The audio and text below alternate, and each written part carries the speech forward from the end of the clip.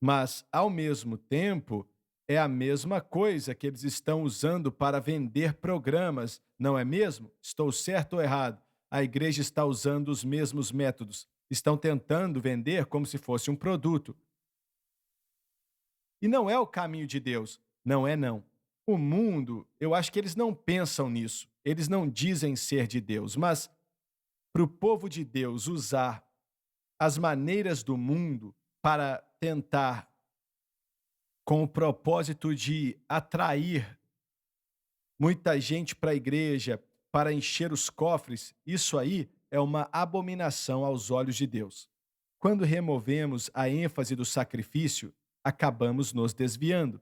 Foi o que aconteceu com Israel. O Senhor disse para Moisés dizer para os filhos de Deus a importância das 3 estações e das festas e sacrifícios. E na medida que fossem obedientes àquilo, nenhuma nação ia desejar sua terra. E eles continuaram a receber treinamento, instrução, e em Levítico ele falou com eles em relação aos sacrifícios, que se não seguissem aquilo, a terra ia vomitá-los. E foi o que aconteceu. Enquanto eles honraram os sacrifícios e entenderam os benefícios do sacrifício, olhando para a vinda de Cristo, mas tinham ali as sombras para serem preenchidas, Deus os protegeu e os abençoou. Ao invés disso, houve uma invasão, eles foram levados para o cativeiro, e no cativeiro, como Josh falou, eles tinham que se lembrar do dia, ou na verdade olhar para o futuro, quando Deus ia trazê-los de volta para ele outra vez. Acabei de ler um livro sobre o apóstolo Paulo, com mais de 1000 páginas, e eu não estou me lembrando do nome dos contribuidores dessa obra. Era sobre o apóstolo Paulo, e eu lembro de ler nessa manhã um escritor falando ou declarando que nenhum pregador, se for sincero, ele tem que acreditar que Paulo pregou a cruz. Ele tem que admitir que ele pregou a cruz de todas as maneiras, sem abandoná-la. E acho que é disso que a igreja precisa, voltar a pregar a cruz de Jesus Cristo. Temos que ir para o intervalo, voltamos já. Então, seja como for, não saia daí.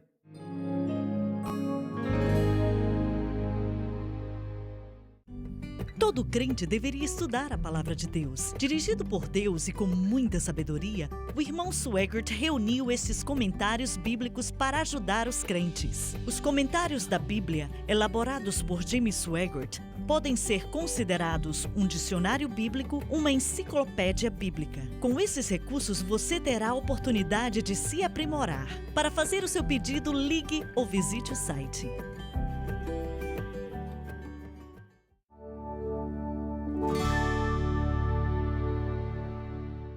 Estamos de volta. John, você pode continuar do versículo 24, a não ser que vocês queiram comentar mais algumas coisas sobre o 23. Sim, estamos falando a respeito de coisas espirituais, mas também não podemos ignorar algumas coisas políticas aqui, porque alguns versículos antes, em relação ao que Daniel falou, no versículo 21 ele diz assim: Deus muda as épocas e estações, destrona reis e os estabelece. Nessa época aqui, a profecia já tinha sido dada por Jeremias, que eles iriam para o cativeiro por 70 anos. Depois, Daniel veria isso e entenderia os tempos. Mas Joaquim, ao invés de se submeter, se encontrou em uma guerra com Nabucodonosor que só piorou as coisas, e depois Joaquim veio depois dele, e o Senhor disse que seus olhos não veriam o cativeiro, e foi o que aconteceu. Nabucodonosor arrancou os olhos dele. Mas é Deus que destrona e estabelece reis. E ele é quem faz essas coisas acontecerem. E na América vivemos algumas coisas difíceis, o mundo tem vivido coisas difíceis, mas entendemos que Deus é aquele que estabelece reis e destrona reis. E na última parte desse programa você falou algo importante, a necessidade do arrependimento, que se a igreja voltar para Deus, deixando que Deus faça a obra dele, então Deus vai resolver essas outras coisas, como ele acabou fazendo para Israel, pois ele tem um plano para todas as coisas. Tem uma coisa que a igreja tem que entender: Deus sempre vai julgar o pecado. A não ser que as pessoas se arrependam, ele julga ele. Em segundo lugar, Deus abençoa a obediência. Quando os filhos de Israel viveram para Deus, eram a maior nação na face da terra. Agora, vai ser assim de novo, e não vai demorar muito.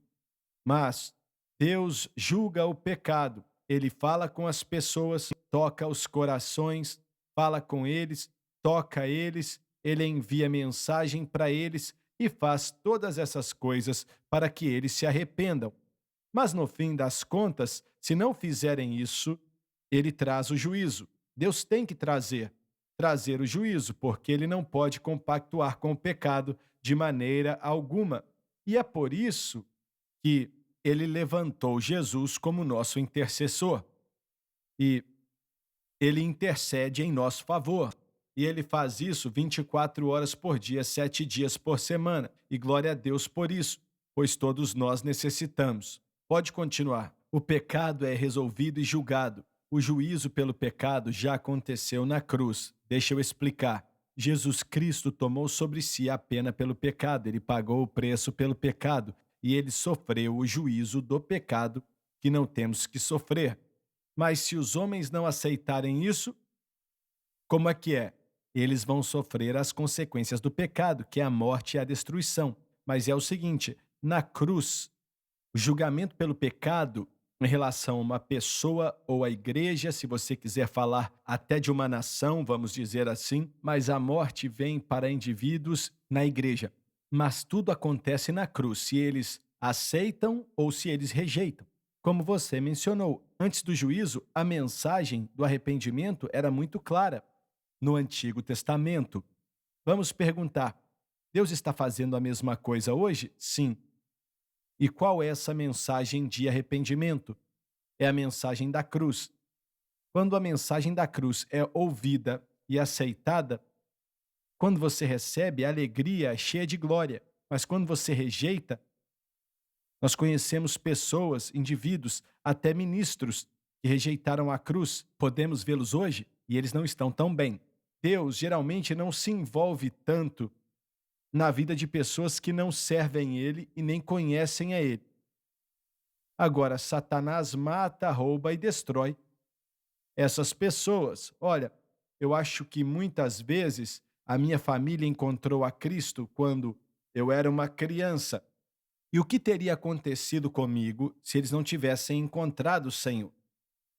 Então, ele não faz muita coisa se a pessoa não é crente. Mas quando ele fala com crentes, porque enquanto os crentes vivem, se seguirem a maneira do mundo, se desviando, virando as costas para Deus, ele toca no coração deles, fala com eles, chama a atenção deles, mas depois de um certo tempo, ele traz o juízo se não houver arrependimento. Leia o versículo 24, por favor. Então Daniel foi falar com Arioque, a quem o rei tinha designado para executar os sábios da Babilônia, e lhe disse: Não execute os sábios, leve-me ao rei, e eu interpretarei para ele o sonho que teve.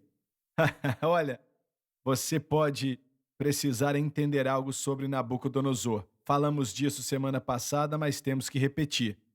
Nabucodonosor teve esse sonho, que eu espero poder falar dele daqui a pouco. Ele teve esse sonho, mas ele não se lembrava do que sonhou. Ele não se lembrava do sonho, quanto mais a interpretação. Então, ele chamou ali os seus astrólogos, os seus sábios, seus adivinhadores, e queria saber deles, porque eles recebiam para isso, para ler a mente dele. E quando eles disseram, nos conte o sonho, e eles iam inventar alguma coisa ali, né? Uma interpretação falsa e por aí vai. Mas ele não se lembrava, porque o Senhor fez acontecer assim, para que Daniel aparecesse. Então, ele exigiu que esses sábios dissessem para ele qual tinha sido o seu sonho e o que queria dizer. E naquele dia específico, o negócio apertou para eles. Porque eles estavam